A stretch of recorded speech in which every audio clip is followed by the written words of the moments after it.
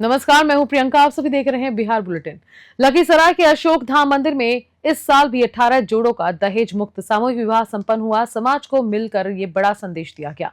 बिहार के देवघर कहे जाने वाले श्री इंद्र दमनेश्वर महादेव मंदिर अशोक धाम में इस वर्ष भी 14 अप्रैल को दहेज मुक्त सामूहिक विवाह कार्यक्रम का आयोजन किया गया। श्री इंद्र धनेश्वर महादेव ट्रस्ट द्वारा आयोजित ये कार्यक्रम पिछले 16 वर्षों से लगातार हो रहा है और अब तक 558 बेटियों की शादी इस पवित्र मंच से कराई जा चुकी है। इस वर्ष भी 18 जोड़े विवाह के बंधन में बंधे, जिन्हें ट्रस्ट की ओर से कपड़े, बर्तन, मिठाई, जूते, चांदी के आभूषण, पोशाक, बक्सा सहित कई सामग्री निःशुल्क प्रदान की गई।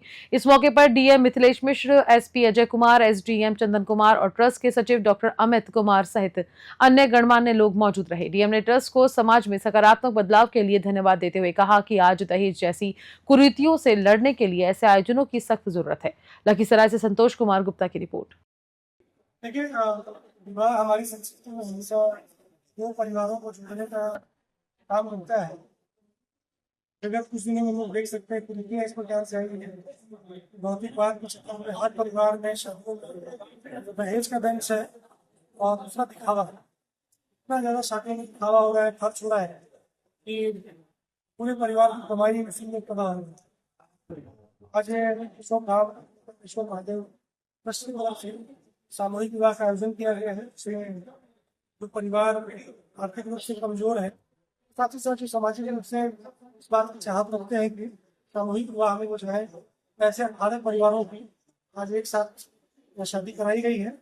हमने बंधन में उनके शादी का पूरा खर्च देखा है और पूरे पौराणिक विधि विधान से। भागलपुर रेलवे स्टेशन पर आरपीएफ ने एक फर्जी लोको पायलट को रंगे हाथों पकड़ा, जो बिना टिकट महीनों से ट्रेन यात्रा कर रहा था। भागलपुर रेलवे स्टेशन पर रविवार देर रात रेलवे सुरक्षा बल यानी कि आरपीएफ ने एक ऐसे युवक को गिरफ्तार किया जो खुद को रेलवे का कर्मचारी बताकर महीनों से फ्री में ट्रेन यात्रा कर रहा था। पकड़े गए युवक की पहचान जमुई निवासी विकास कुमार के रूप में हुई, जो फिलहाल आसनसोल में रहकर धनबाद के एक आईआईटी कॉलेज में पढ़ाई करता है। विकास ने मात्र 30 रुपए में रेलवे का रिबन खरीदा और गले में लटकाकर खुद को रेलवे स्टाफ साबित करने लगा। उसने फर्जी आईडी कार्ड भी बनवा रखा है और कॉलेज की यूनिफॉर्म को रेलवे यूनिफॉर्म बताकर टिकट जांच से बचता है। रविवार रात जब वह 0 माइल से भागलपुर स्टेशन पहुंचा तो टिकट जांच कर्मी को उसके रिबन पर शक हुआ। पूछताछ के दौरान विकास ने खुद स्वीकार किया कि वह फर्जी लोको पायलट बनकर महीनों से मुफ्त में ट्रेन की यात्रा कर रहा है। जीआरपी ने उसके पास से रेलवे का फर्जी आईडी कार्ड और यूनिफॉर्म भी जब्त कर ली। भागलपुर से राहिल सिद्दीकी की रिपोर्ट। भागलपुर के बरारी थाना क्षेत्र की एक युवती ने सिटी एसपी को आवेदन देकर यौन उत्पीड़न और मारपीट की शिकायत की है। भागलपुर जिले के बरारी थाना क्षेत्र के अंतर्गत रिफ्यूजी कॉलोनी की रहने वाली रीना कुमारी ने सिटी एसपी को आवेदन सौंपकर खुद की और अपने परिवार की सुरक्षा की गुहार लगाई है। रीना ने बताया कि 10 अप्रैल की शाम करीब 7 बजे जब वह अपनी बहन के साथ घर में सो रही थी, तभी नाले का पानी घर में घुस गया। जब वह बाहर निकली तो आदर्श आनंद और उसके पिता रवि करण पहले से वहां मौजूद थे। आरोप है कि आदर्श ने उसका हाथ पकड़कर जबरन घर के अंदर ले जाकर कपड़े फाड़ दिए और जब उसने शोर मचाया तो बहन के आने पर वह भाग निकला। उसके बाद रीना की मां जब शिकायत लेकर आरोपी के घर गई तो वहां मौजूद आदर्श की मां और पिता ने दोनों ने मिलकर लाठी डंडों से पीटा और गाली गलौज की। रीना का दावा है कि इसी दिन रात करीब 10:30 बजे आदर्श अपने पिता रवि करण, फुफेरा भाई प्रेम कुमार और सौरभ कुमार के साथ दोबारा उनके घर आया और गालियां देते हुए हॉकी स्टिक व लाठियों से हमला कर दिया। हमले में रीना, उसकी बहन और मां गंभीर रूप से घायल हो गई। भागलपुर से राहिल सिद्दीकी की रिपोर्ट।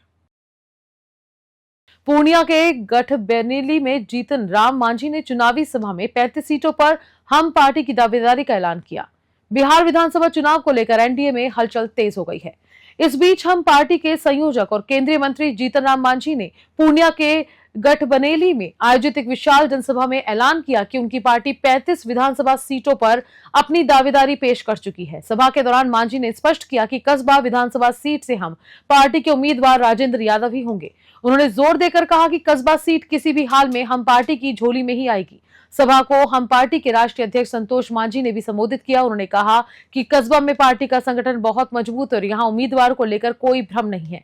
इस अवसर पर पार्टी कार्यकर्ताओं ने ढोल नगाड़ों की धुन पर नाचते हुए मांझी और अन्य नेताओं का स्वागत किया। राजेंद्र यादव ने सभी नेताओं को माला, शॉल और बुके देकर अभिवादन किया। पूर्णिया से विनीत राज की रिपोर्ट।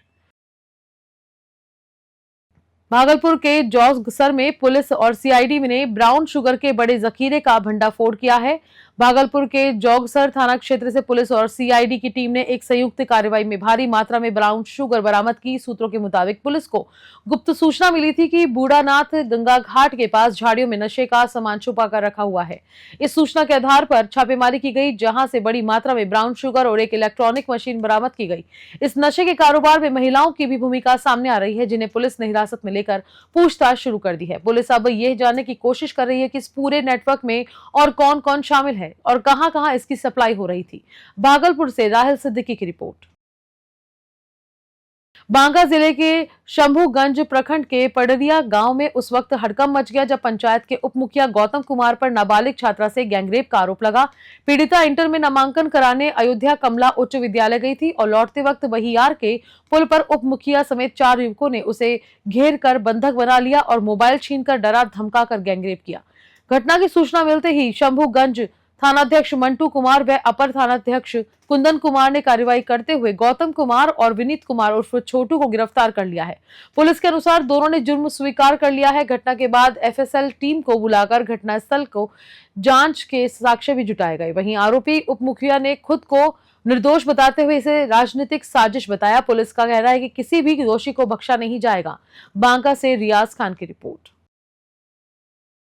बेगूसराय में साहेबपुर कमाल में अज्ञात अपराधियों ने सोते हुए बुजुर्ग व्यक्ति को गोली मार दी। घायल कृष्णदेव शाह को इलाज के लिए अस्पताल में भर्ती कराया गया है। पुलिस जांच में जुटी है। बेगूसराय जिले के साहेबपुर कमाल थाना क्षेत्र में एक दिन दहला देने वाली घटना सामने आई। अज्ञात अपराधियों ने सोते हुए बुजुर्ग कृष्णदेव शाह को गोली मार दी। घटना साहेबपुर कमाल वार्ड नंबर 2 की है, जहां कृष्णदेव शाह अपने घर के बरामदे में सोए हुए थे।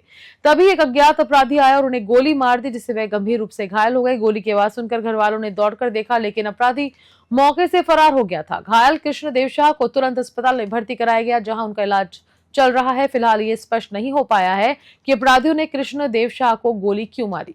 घटना के बाद इलाके में दहशत का माहौल है। साहेबपुर कमाल थाना पुलिस को मामले की जानकारी मिलते ही वह मौके पर पहुंची और पूरी घटना की जांच शुरू कर दी है। पुलिस मामले की छानबीन कर रही है, लेकिन अभी तक किसी के खिलाफ कोई ठोस जानकारी नहीं मिल पाई है। बेगूसराय से चंदन कुमार की रिपोर्ट।